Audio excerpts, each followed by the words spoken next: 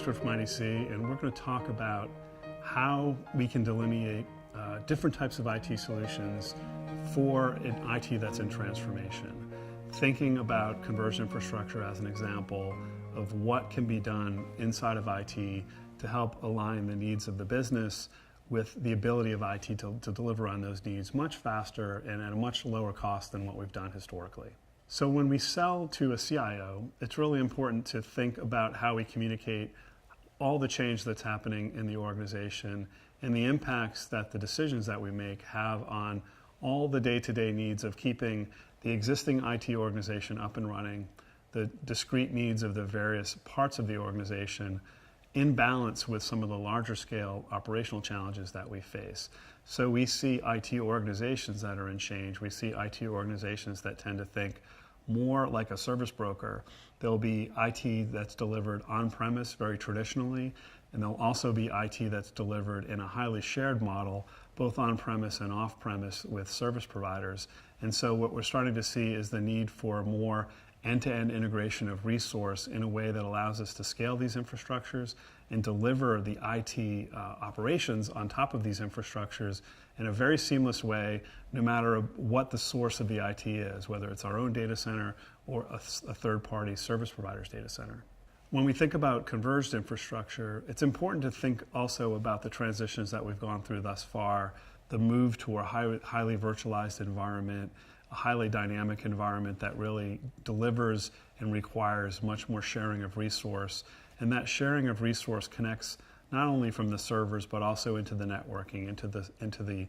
storage, as well as all the human capital that we use to manage these environments. So the focus moves to improving service delivery in a way that allows us to tackle some of the more challenging workloads and applications that need to be virtualized. It's about vastly reducing the complexity of the operations management that's required. A lot of the challenges we see in IT organizations today extend not so much from what we spend on the equipment, but what it costs to actually maintain all of this equipment, to maintain the IT services. We need to really think more about the operations side of complexity. We need to think more about people and process and how they connect to the problem. And the types of IT investments that we're making need to be made in a way that really enable the people to do more, to be more efficient in what they do, and get out of the way of the business. So underneath all of this have been lots of historical investments in discrete compute, storage, and networking. And what we're starting to see develop is really an ecosystem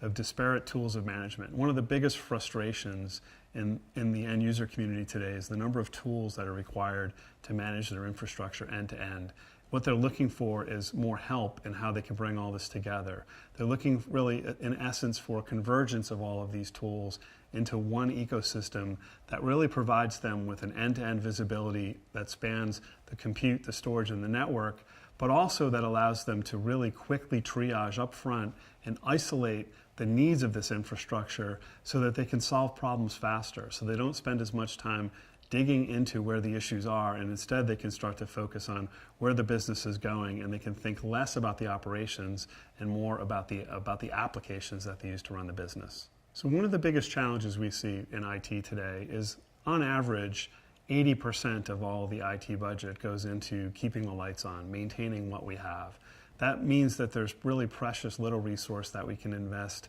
in new types of applications to help us really drive forward where we want to go in our business. So what we're trying to do is figure out ways to really determine how to reduce the amount of spending that goes into keeping these lights on. And when you start to think about convergence, by definition, bringing something into your data center that's factory integrated to work well together can help you reduce the expenses associated with managing these environments very significantly. We're seeing 70, 80, even 90% reductions in the overall cost of managing these infrastructures.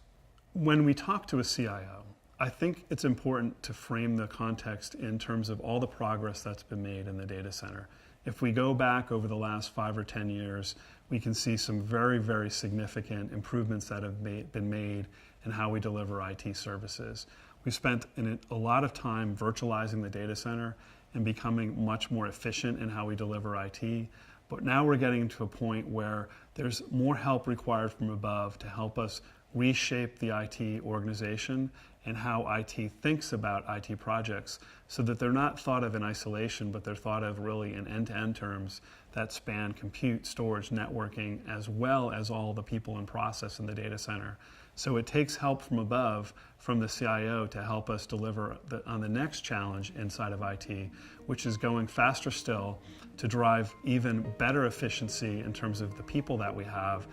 but also to drive an IT that's more resilient, more cost efficient, and really more tightly integrated out of the factory to allow us to focus on what's most important, which is really the applications, the data, and the business, and not the underlying infrastructure.